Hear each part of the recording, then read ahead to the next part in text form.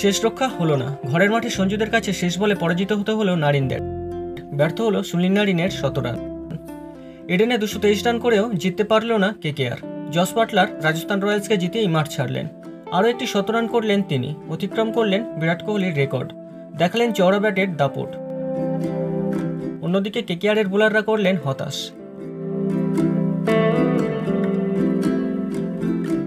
Toss জিতে প্রথম বল করার সিদ্ধান্ত নেন রাজস্থান অধিনায়ক সঞ্জু স্যামসন। সারা ম্যাচ জুড়ে চলল সুনীল নারিনের শাসন। একার হাতেই দলের রানকে টানলেন বাঁহাতি এই ওপেনার। 500টি টি20 ম্যাচের ক্যারিয়ারে তার ব্যাট থেকে এলো প্রথম 100 রান। মাত্র 49 বলে 100 রান করলেন নারিন। 13টি 4 ও 6টি ছক্কাও মারলেন তিনি।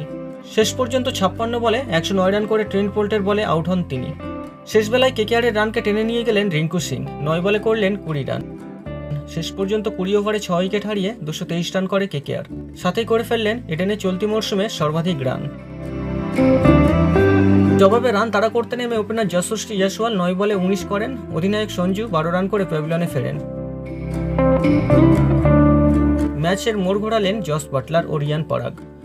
চলতি মরশুমে ভয়ঙ্কর ব্যাট করেছেন পরাগ। 7 ওভারেই 100-র কাছে পৌঁছে যায় রাজস্থান। 14 বলে 34 রান করেন পরাগ।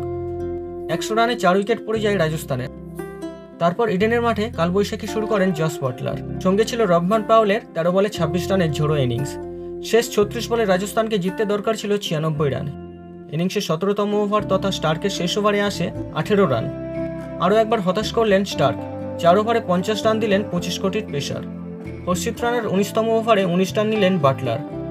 শেষ ওভারে ম্যাচ জিততে দরকার 9 রান, সেটা করে দেখালেন বাটলার। 9টি 4 ও 6টি ছক্কার সাহায্যে করলেন 60 বলে অপরাজিত 107 রান। রাজস্থান নির্ধারিত 20 ওভারে 8 উইকেট হারিয়ে জয়ের জন্য প্রয়োজনীয় রান তুলে নেয়। রাজস্থান রয়্যালস এই ম্যাচ জয়ী 2 উইকেটে। সাথেই রাজস্থান রয়্যালস করে ফেলল সর্বোচ্চ 224 রান তাড়া করে জেতার রেকর্ড। দ্বিতীয় ইনিংসে তৃতীয়বার 100 রান করে বিরাট কোহলির 2টি 100 রানের রেকর্ড পেছনে ফেলে তালিকার প্রথম স্থানে জস বাটলার।